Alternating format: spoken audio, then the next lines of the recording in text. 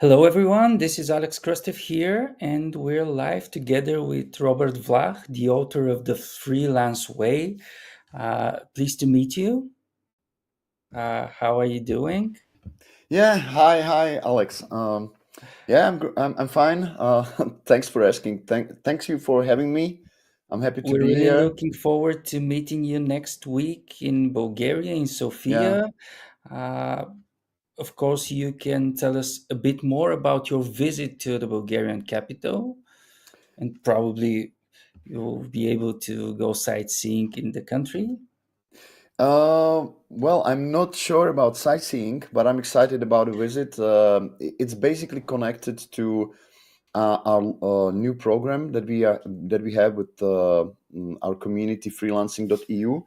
We are starting to organize freelance meetups all over Europe, basically. So it's in larger cities, where freelancers can gather. We had a joint venture with my publisher, Bulgarian publisher, Locus Publishing, and Networking Premium at Gurko Street. And so we will have like a half-day meetup for anyone who is interested in freelancing. So people can just network, they can go around the venue. So it's also to present the co-working experience. We really try to support co-working places because we believe that it's actually one of the best places for freelancers to work in.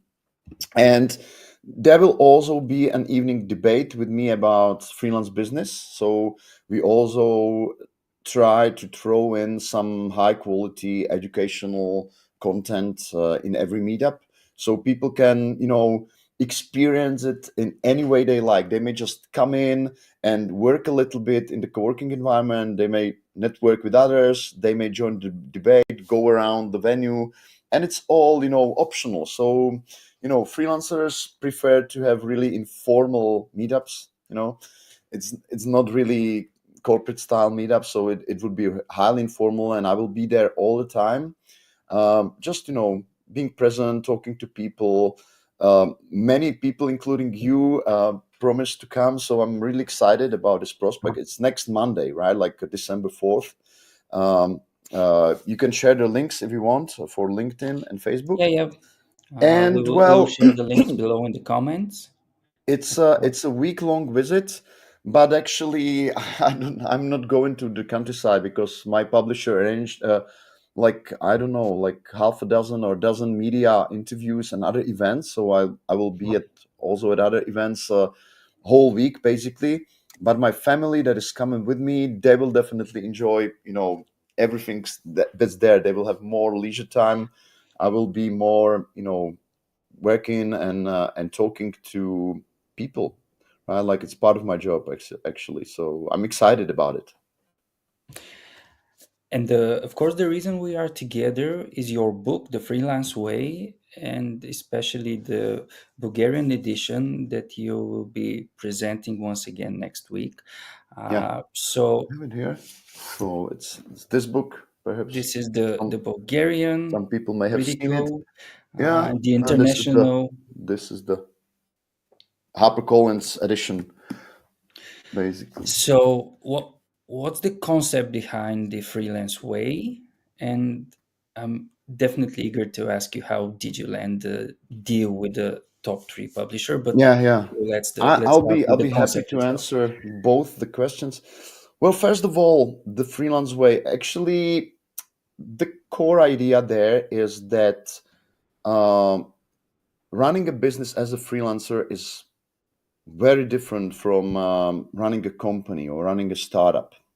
It has a complete different business strategy. The techniques used are quite different, and there are not many books that are focused on this special kind of entrepreneurship and that are also evidence based or research based. So that's basically the main concept. I wanted to write a book that is, about freelance business in general, about the best business strategies, best business practices and tools.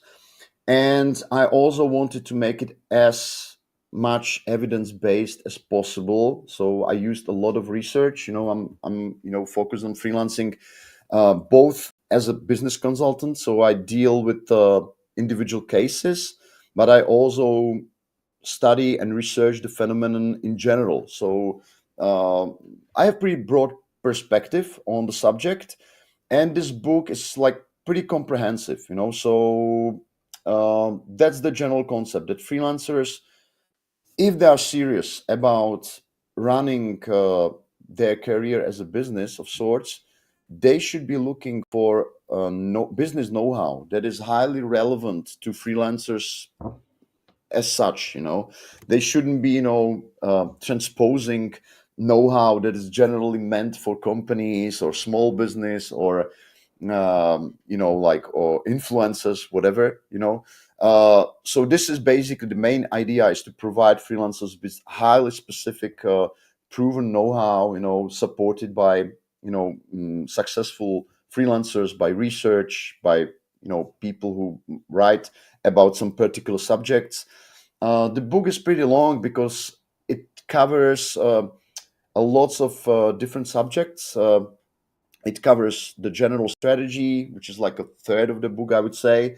But then there are chapters that are focused on more specific practical issues like time management, teamwork, pricing. That's a highly popular chapter, to be honest. Like, I have a great feedback on that one. Like business negotiations, personal marketing, financial self-management, like using online tools to promote themselves, or general IT to organize themselves. And well, so it's pretty complex. That's what makes the book different a bit, I would say. um, and for your second question, uh, well, do you want to hear my story, or do you want to hear some general conclusion? I would say, like, that would be useful for other people, because these are two completely different subjects, I would say. Okay, let's start with your personal story, and then maybe we'll decide if we if you want to All right, see all the right. other to hear the other one. So, well, you are well acquainted with the publishing industry, right? Mhm. And in any interview that I read with really experienced publishers or editors, the common knowledge, I would say, is that it's pretty much impossible to predict what would become a bestseller, right? Like, it's if if this could be predicted, like, publishers would only publish best-selling books, which some may do because they're working with a world-class author, right? Like, they have like narrow selection. But if you are just general publisher, covering many genres and subjects, it's pretty much impossible, to know in advance that this or that book would be like a top seller. So there's a lot of chance going on, and my case is basically exactly an example of that, because uh, first of all, I never actually had an ambition to write a book myself. I was working with freelancers for all these years. I was then based in Czech Republic, working mostly with the Czech freelance community. And I was basically, because there was no book for freelancers specifically, so I was waiting for years until some Czech publisher would publish a title that would be great for this community. And I knew that it would be hard because most books are American, and American business know-how for freelancers is quite different from the European one. So I knew that, to transport some of the core ideas there would be hard to for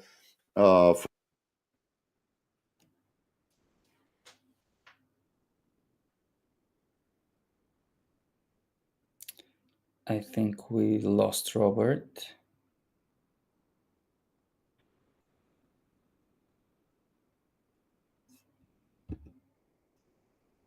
there's a Just let me. disconnection. Yeah, I got disconnected, right? Yes, you're back. You're back. If you can hear us. Okay.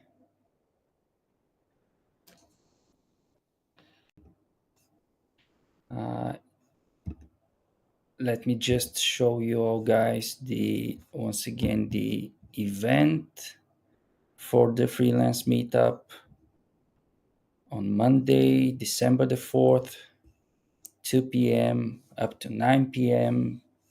in Sofia, Bulgaria. You'll be able to join Robert at Networking Premium Co-working. There we go.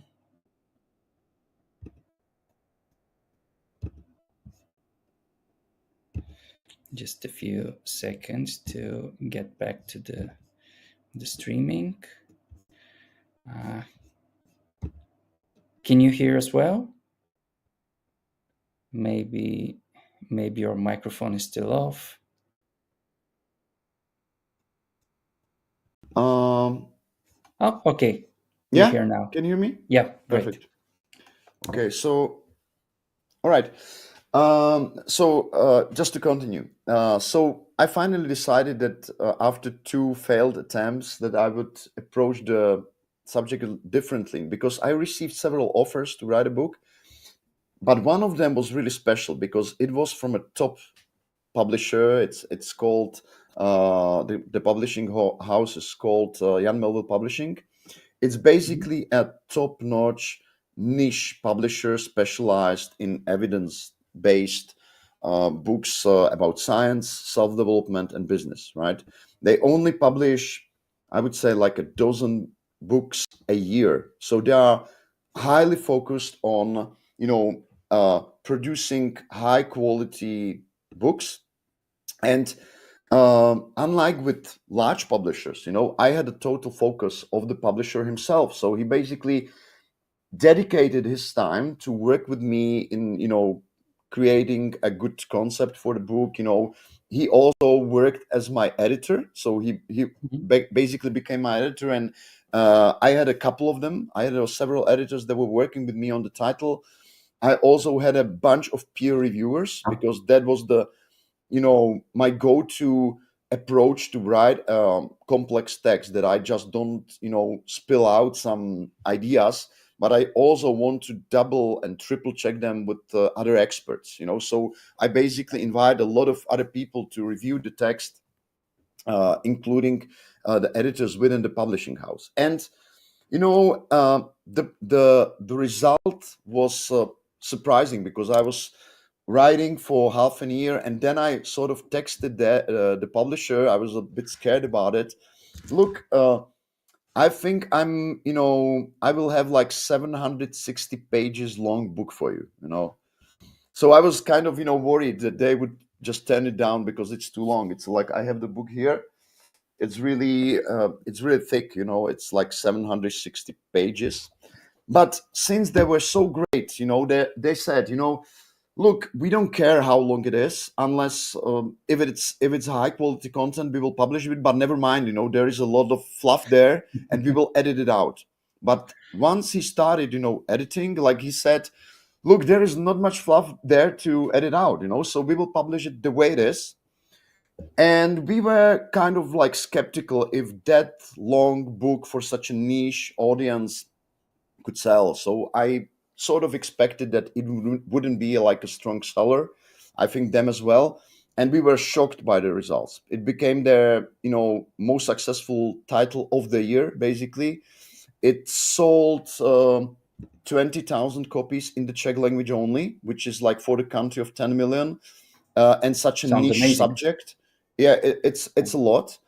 And we got like crazy reviews, crazy good reviews for the book. Like it has like around like 4.5 stars on Goodreads. So it was broadly accepted as a sort of go-to book for not only freelancing but also for small business inspiration. So there are some overlaps with other ways of running a business.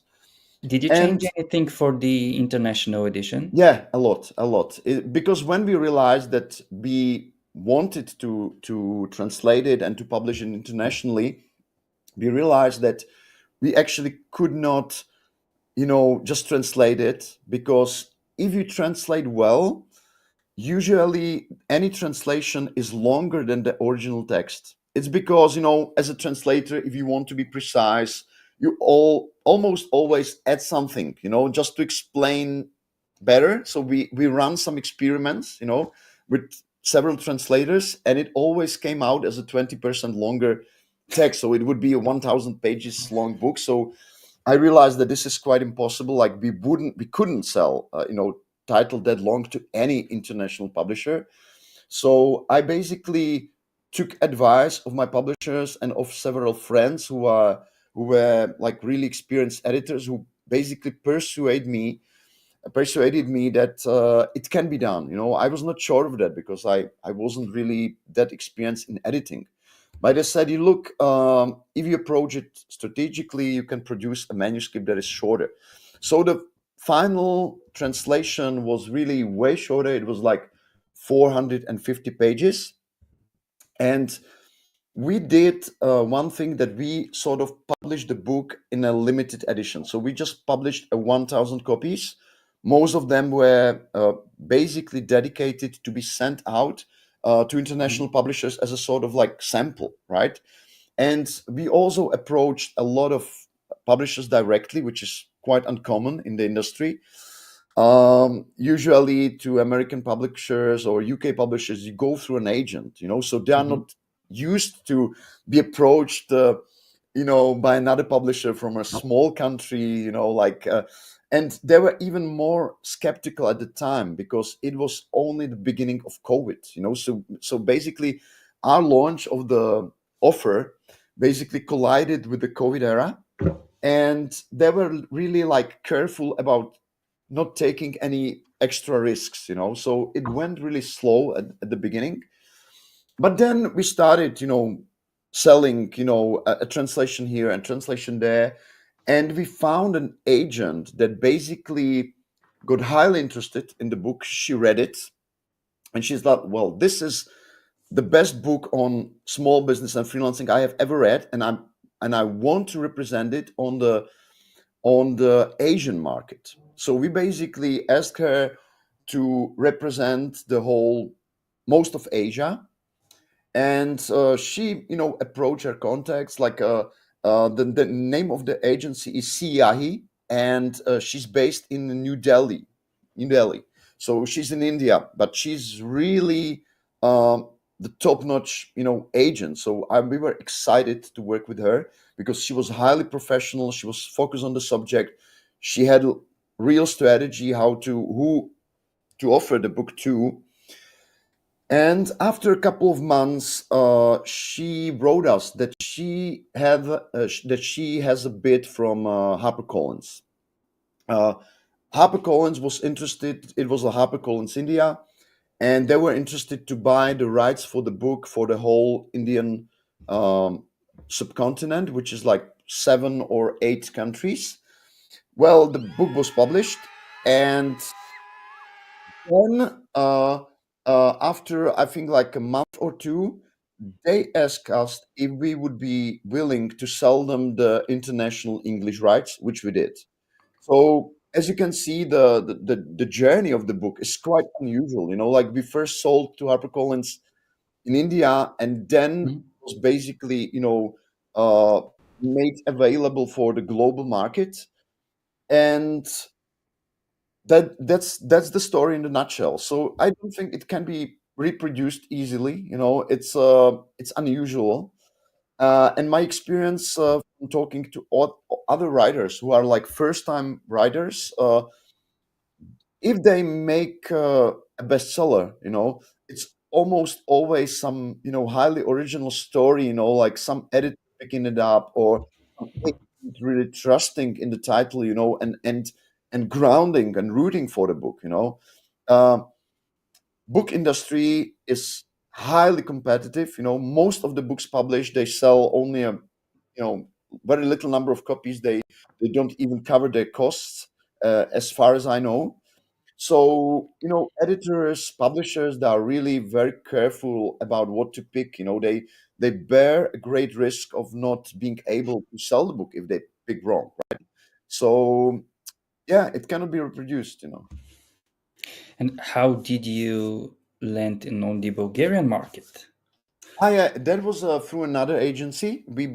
I decided with my publishers who are like in a joint venture with this book, that we will retain all non-English international rights. So basically, we were still able to negotiate with other publishers, and we have approached an agency that is titled Prava I Prevodi, which is basically oriented to the whole, you know, southeastern and eastern and central Europe. So they represented us in a couple of countries, Yeah, and they're well, like they the largest in the Eastern Europe, yeah, yeah, they are at really least big. They were our really area good. here. Like we had a great Mhm. experience working with them.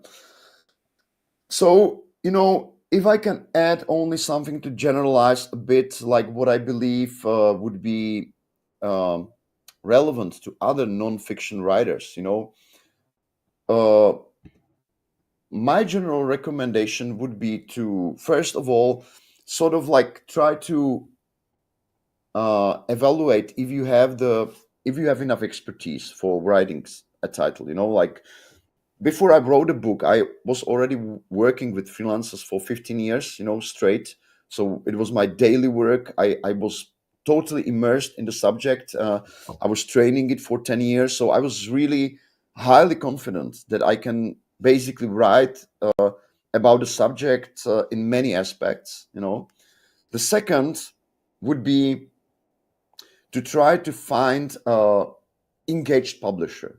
Just try to approach or find a publisher that is high quality, perhaps producing a small number of titles where you can, have the eye of the publisher actually looking at what you have, what you write. And my third recommendation, I think it's a broader trend in the market, is to write the book as evidence based and data based as possible, because what I see in general is that the self-help business literature, is moving from books that were written like ages ago or 20 years ago that were more based on like an individual experience. I'm a successful entrepreneur, whatever, and here's my take on business, right? Like these were most of the books in the past. Like they were not evidence-based, they were more like based on the authority of the author, right? And I think mostly that psychological. yeah, yeah. And I think that the market in this industry is moving towards titles that are sort of, more grounded in the real data, in research, as well as the experience of the writer. So I would recommend to be more, scientific, data driven, not completely, but I think that this is also one of the um, elements that made me to write the book for Melville, because they were already, heavily focused on evidence-based literature, and they really liked that I just don't, blurb out some truths about, what should an entrepreneur do based on my experience only. That would be too limited. And actually, I have to be a little bit critical here. I think that most books for freelancers, are written with a sort of narrowed perspective. The author usually has very strong experience in a certain field. Like he or she can be a really experienced, high level professional, but then they start to switch and make generalizations for like broad market, Mhm. which is a highly problematic thing in freelancing. In freelancing, freelancers work in hundreds of industries. They work in thousands of professions. And when we talk about freelancing, when we deal with freelancing, we always have to keep in mind that, out of these thousands of professions, some, have highly specific ways of running a business. So I'm always really careful about being too broad and too general about, freelancing. It's because I have this high respect for people who work, for example, I don't know, in drilling industry. There are independent professionals in drilling industry, and from what I know, they run their business in a quite different way than a translator does, or a copywriter does, or a IT guy, or a IT woman. So so yeah, it's like, I was really trying from the beginning to be broad but evidence based, and to be respectful of the countless variations of freelancing as an industry. And which are the common mistakes that freelancers do these days, especially after the COVID pandemic kind of changed the way we work overall? uh, well, this is something that people often ask, and they sort of expect that, the mistakes that people do change over time. I wouldn't say that. I believe that what mistakes beginners do hasn't changed much over the ages. Like, and we always have to be, mindful of the fact that there were independent professionals back in the Roman times. In the Roman peace period, there were, independent tradesmen in Rome and the empire, and they were running their small businesses, and basically their, basic prerequisites of running a successful personal business were pretty much similar to today's professionals. So they had to produce high quality work. They had to be, treating their clients really well. They had to be really skilled at pricing, to count in all the costs, all the reserves that they have to build for the future. They had to pick their helpers really well in order to support their business and not to spoil it with someone who is not professional. So in general, the very deep core of freelance business is firmly rooted in the Western culture. You and me, everyone who is listening to this interview, is highly likely to have like a really precise idea how a real professional should behave, right? Is that right? You have this I idea, I hope have this. so. I really Yeah, hope so. sure. It may differ a little bit, but given the culture that we all share, the Western culture is pretty much universal these days. Like, no matter if you are based in Bulgaria or Spain or United States, there are small differences, but we all know how a real professional should behave, right? So first of all, this is one the long term elements that people often think that freelancing is something highly modern, while in the background it is basically a continuation of a like ages long tradition of independent business, of individual business. The second thing, and I would say that that's probably the most common mistake that freelancers do, is that you may imagine, you may divide uh, a usual freelance business in basically like three parts. The first part is that independent professionals usually have some expertise. They are experts in some area, and cultivating and growing this expertise is something they do as experts. So they study it, they have this, they do assignments, jobs, gigs, whatever you call it.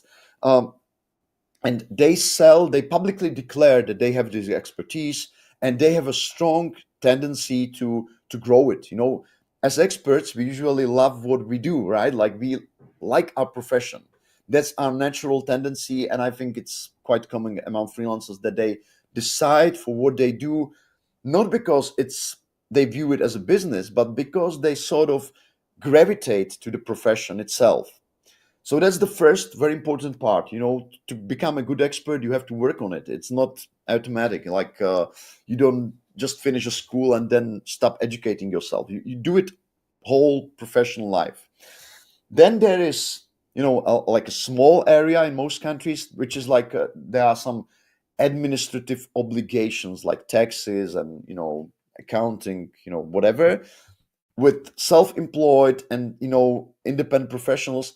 This is usually way smaller and in reality less scary than it looks if you are just a beginning professional, like, because you may have, accountant, a tax advisor, that will basically guide you through through the elementary basics. And it honestly, this is not a big issue. I highly recommend beginners to have a tax advisor, to have an accountant, or a lawyer in some cases, just to set it all up.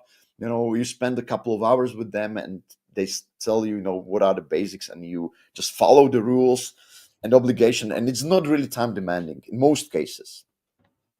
But then there is this third area that is covered in my book, and this is the entrepreneurial side of the freelancing. Is that meaning that if you are a freelancer, you are not only an expert, but you are also a business person that is responsible for the whole business and for all the business operations, meaning that you have to be able to market yourself, to sell yourself, to run the business negotiations, to present yourself, to master your care for clients.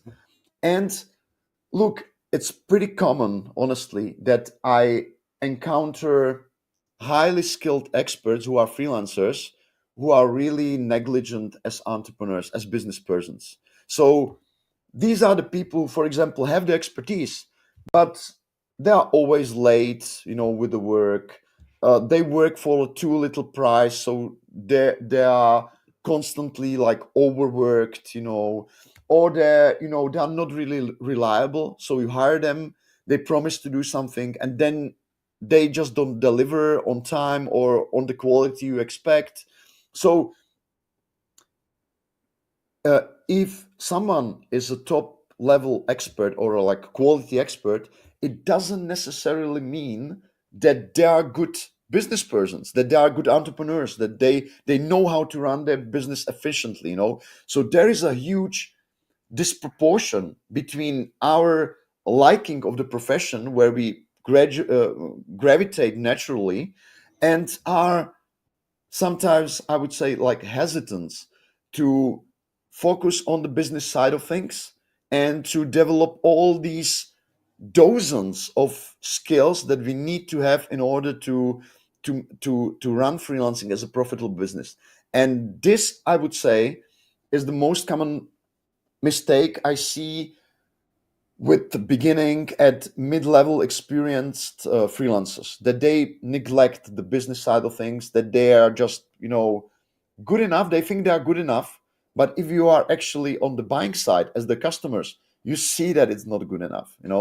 So yeah, Yeah. my recommendation, of course, would be to dedicate an important time of your working time to just focus on the business side of things and improve gradually. Read a book, hire some consultant, join some masterclass, talk to other freelancers, how they do it, exchange experiences, and gradually people learn. And it's hard because, as I said, each profession has a different ways of doing things, business wise. So as freelancers, if I'm, for example, running my business as a business consultant, it's pretty hard to learn from someone who is, like, I don't know, a consultant in a some industrial area, right? Like, they do things differently, and we have to have this sort of like deep conversation, how you do it, why you do it. And then I realized, perhaps 10 of these 11 things is useless for me because it's different, but this one thing, how you negotiate your contract, this is worth trying. And this is how freelancers learn a lot. Like, we talk to colleagues, we read stuff, we watch, stuff, and by intelligently, you know picking the pieces of know-how that may be relevant to our business and trying them in our specific environment, that's how we learn. I really like the part of the book where you kind of go into details with all of these, since just like in any other business, regardless of the the industry or the size of the company, whether it's a small business, whether it's a solopreneur or freelancer, etc. Not all good experts become good managers. So when you're managing yourself in the first place, it sometimes might not be the best idea to go solo.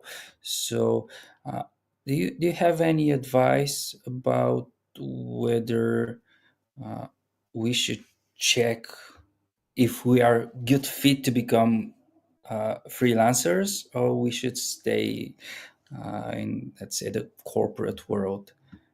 Yeah. Um, That's a very good question, I believe, because the research shows that the ways freelancers become freelancers differ. So there are cases where people, for example, my case was quite common. I would say I became a contractor. So I was hired by a client to do a long-term gig. I was working on it like for 2 years. It was in Spain. It was not my native country. I didn't know any Spanish, so it was like I was trying to accommodate on so many levels. But after 2 years time, I decided to. I burned out, so I was like I needed some time off. I took it, and then I realized, look, I really like the freelancing thing. Although I never wanted to be an entrepreneur or a business person. I was growing in an entrepreneurial family, and my parents, as entrepreneurs, they were like crazy busy. So where when I was a teenager, I sort of thought, this is crazy. I mean, like, why would anyone work so hard just to make a living? It doesn't make sense. So as a teenager, I was like firmly decided that I would never be an entrepreneur. But at the time, of course, I didn't know much about freelancing. I was studying a business school. That business school was also focused only on companies and larger businesses, mid to large.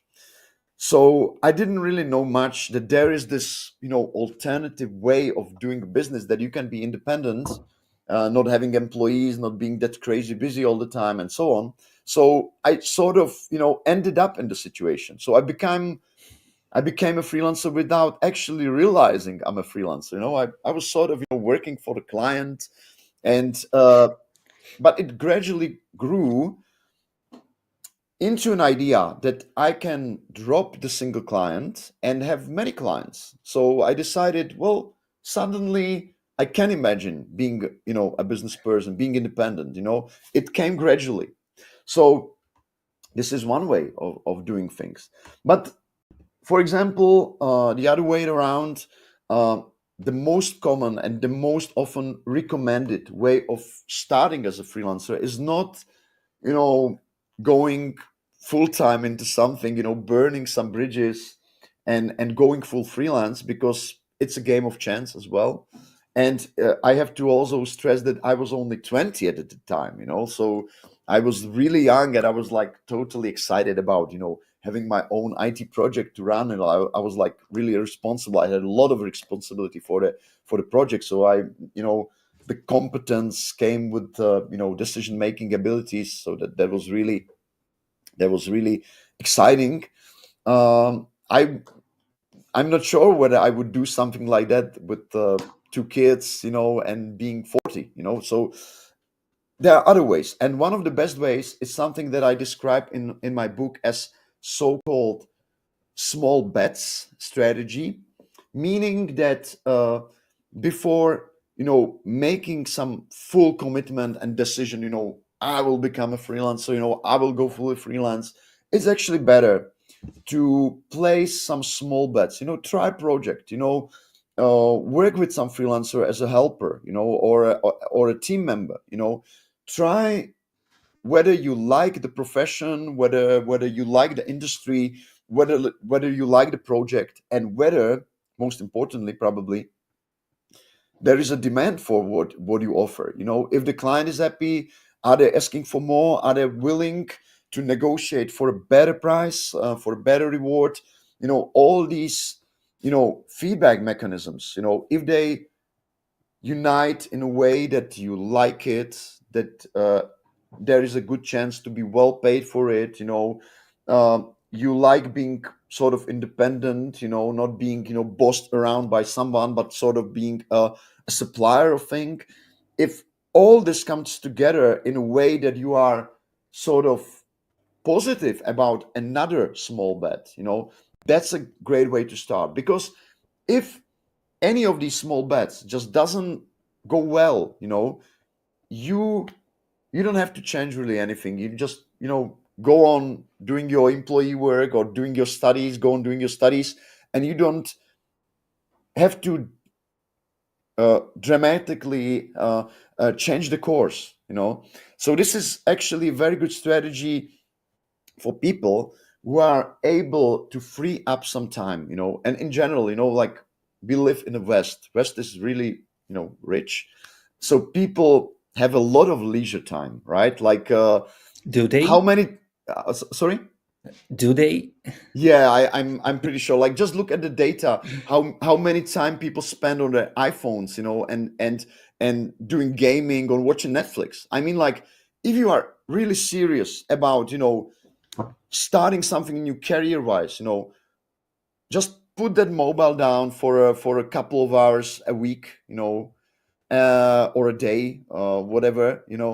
So I wouldn't be so sure in countries that are less developed, but in countries in Europe, in states, in most uh, advanced countries, I really believe that, and this is not my belief, this is based on basically uh, working with freelancers in so many countries.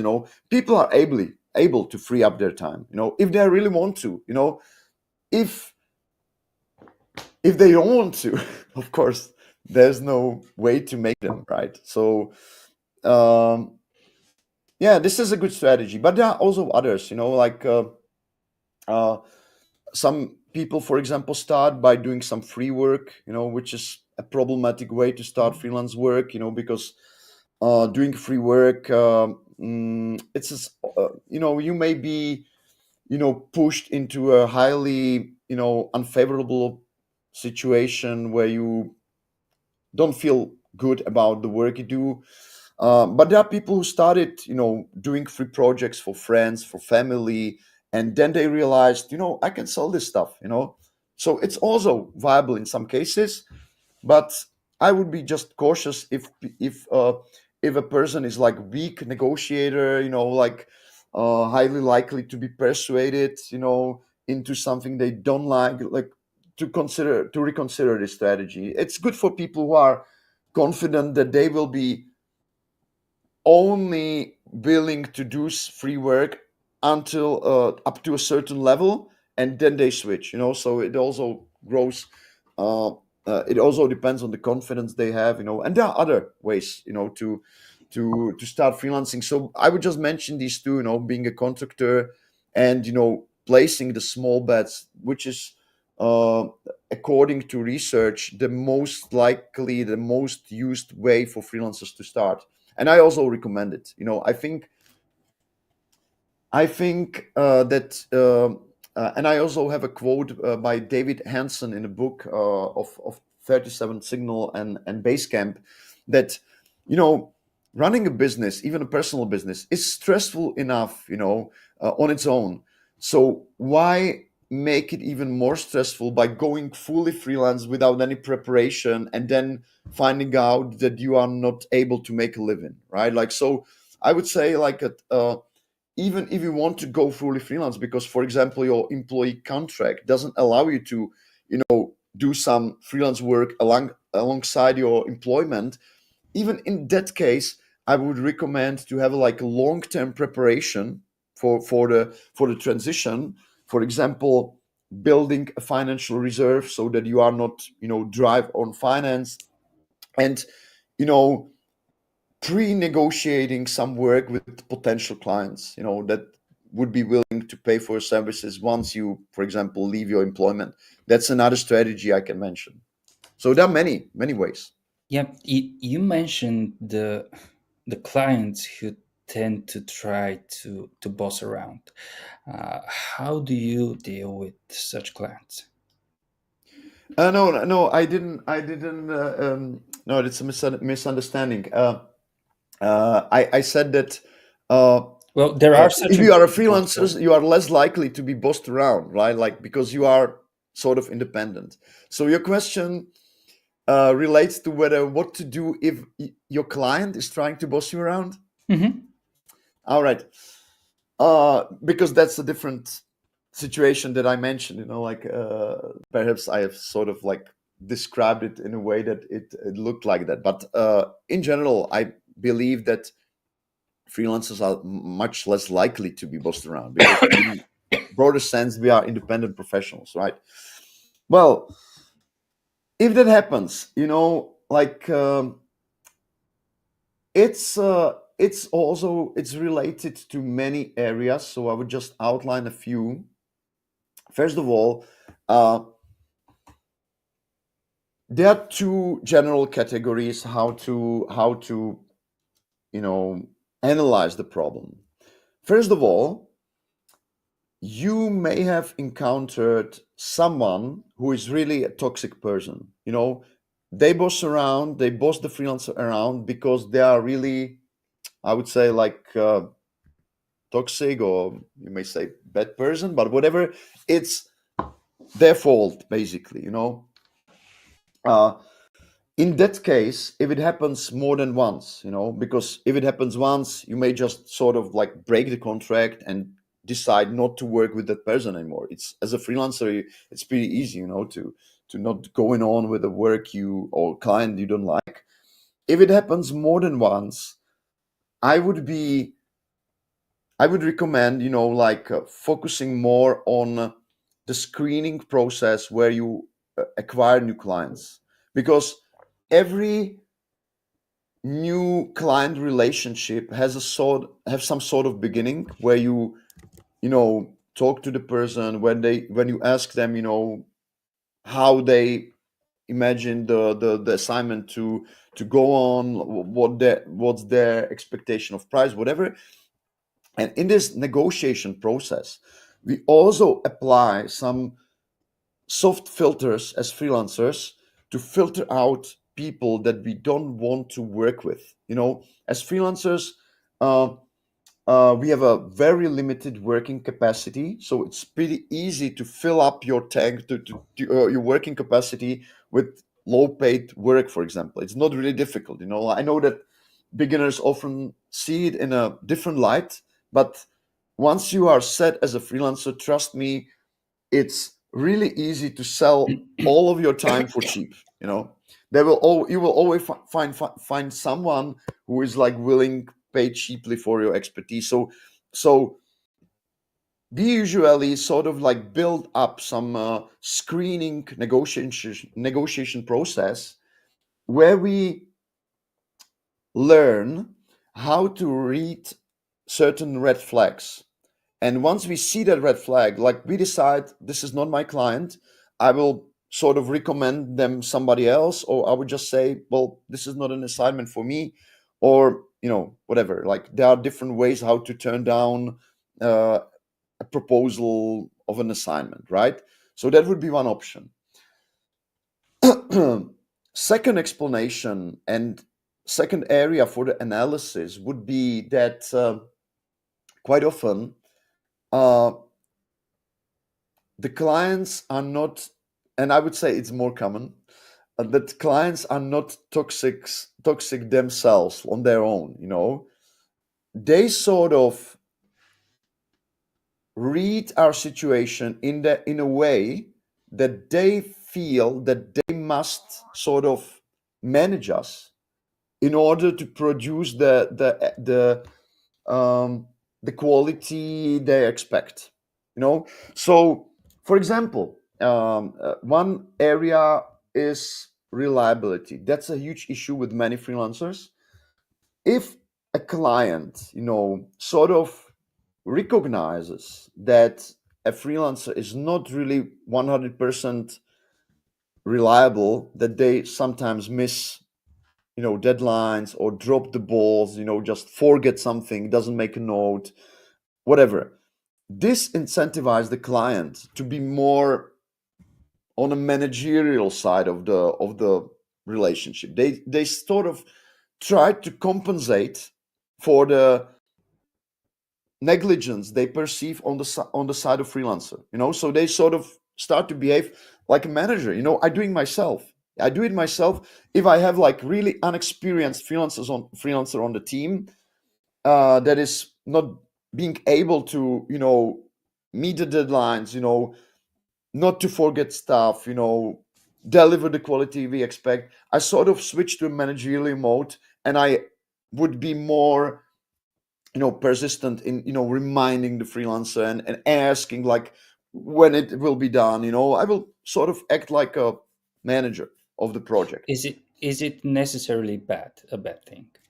No, it's not. But if you are a freelancer and you feel that your client is bossing you around, like it's good to analyze whether you are actually really reliable, and whether they trust your, not only your expertise, but also that you are able to fully deliver as expected.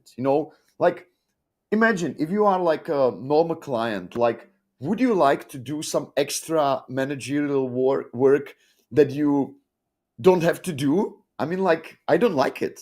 I don't like it to do it as a client. I don't want to manage anyone, right? Like, I prefer to. That's why I prefer to work with people who are experts, who are reliable, and who have like a smooth and perfect delivery. Because then I know that I don't have to boss anyone. I just, we sort of agree to a deal, and they deliver, and that's it. It's really like a smooth experience for me as a client.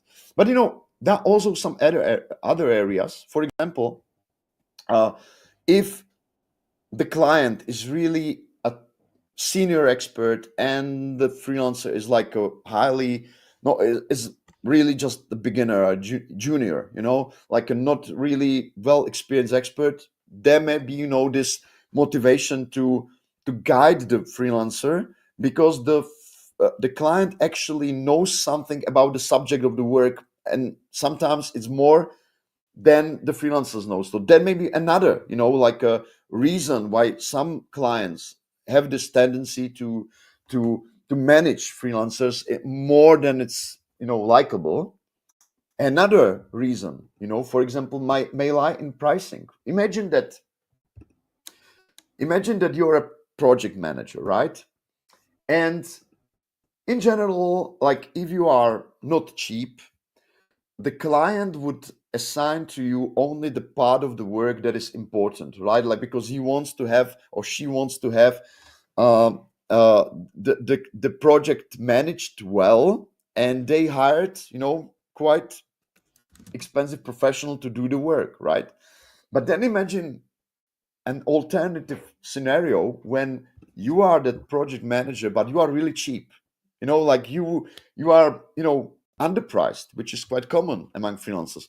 Then you suddenly realize that the client would almost ask you to go on a postal office, to send them a package, whatever. They would just bug you with assignments that are not really related to your high expertise work, because you are so cheap, right? So low price actually, with a certain level of reliability, incentivize the client to give you more assigned work, which is not really highly tightly relevant to our original assignment. Because if you accept it and you're so cheap, it's cheaper than do it in house, right? So you may end up being forced, or pushed towards doing a lot of work that is not really relevant to your original or main expertise. So another problem may lie in pricing as well. So So guys, focus on the pricing chapter yeah. in the Freelance Way book. Read it twice, three times if you must, And and I the really like third it. area, for Yeah. example, would be business negotiations. Also, like, a failed business negotiation often leads to a situation where the interests of both parties are not well balanced. That's it. It's a common problem. Like, people who are weak negotiators, who are afraid of negotiating, for better conditions, better price, they're often dragged in assignments where the client has the upper hand. And I wouldn't say that it's a fault of the client. Like if you negotiate miserably, you may only expect a miserable deal. That's the harsh reality of the free market. Yep, and it's hard enough now that you're a manager of your own. It's like the my favorite job title on Facebook. Like I'm the CEO of myself, and it might sound funny, but when it's a reality, it's a pretty serious thing. Uh, you have some sort of a message from Angel Veselinov that he would like to have some of your contacts with agents or publishers because he has a book on the working. So I will send you the links, of course, to the comment if you want to connect. That would be great. Angel, Okay. you're welcome on Monday, December 4th, Yeah, as well. We to can meet work on with Rob. Monday. Yeah, yeah. One last question: what is the future of freelancing in the age of artificial intelligence, especially generative artificial Yeah. intelligence? Well, honest answer would be that no one really knows, like because generative AI is such a huge game changer in on so many levels that I wouldn't dare to predict what the future will hold for freelancers because I really don't know. I'm highly interested in the subject, of course. Um, one example, how difficult subject it is. Like if you actually uh, follow the discourse in the field, you may notice that there is like a huge gap between experts. There are experts such as Nick Bostrom, for example, who wrote the Super Intelligence, Toby Ort, who wrote the Precipice, Eliazar Yudkowsky, who wrote this infamous piece for Time magazine that we should basically bomb the renegade data centers who run uh, these LLMs unless they comply with the requirements to make the AI safe. These people, they are highly critical of speed development of AI. They are afraid that we may be heading towards a future where we develop a superhuman or human level AI that is really fast, that will sort of outperform us not only on the individual freelance level but on all levels. So this is one side of the discourse, and then you have like many experts who are really highly optimistic about its technology. Like one of the leading voices there would be, for example, uh, Mark Andreessen of Andreessen and Horowitz, who wrote a very influential article like "Why Will AI Save the World?" And he basically claims that the arguments that the other side makes is really pointless because we are still too far from a human level or general artificial intelligence, and that we should take all the fruits of the current technology because it will enable people who don't have access to you know analysis capabilities to actually produce higher level intellectual work supported by these tools. So even the experts basically totally disagree with what future lies ahead. Me personally, I have to say that after reading all these books and all these experts and listening to many interviews, I'm sort of uh, slightly on the optimistic side. I really believe that the benefits so far uh, highly overweight the risks. I believe that we are still far from anything resembling the general artificial intelligence that would be also an agent to act on its own. And in general, I would recommend freelancers to, especially if they are knowledge workers, because of course, if you are do some sort of manual work, that's a different story. But most of the freelancers we work with are knowledge workers. I would recommend them to use these tools first of all, to actually have the hands-on experience, and playing with different scenarios, like how they can use them, because you may find the really useful ones only after some times, and also after talking to some people. And then I would recommend, if you perceive that this technology is, threatening your position in your industry, in your profession, start, doing some uh, checkups each quarter, trying to reorient yourself on the market, so trying to adapt to all the information you have, look in advance where your industry is heading, and sort of, accommodate all this information into your career strategy. Trust me, freelancers are moving usually much faster than companies and employees do, because we may change things by making a decision like from day to day, right? Like we don't have to wait for an approval by the CEO or by the board, whatever. So freelancers are really fast. I'm not really concerned about freelancers not being able to adapt to the growth of importance of AI. But in order to be able to do so, they just need to take it seriously and review at least once a quarter, their overall strategy, if they are actually not heading into some kind of trouble.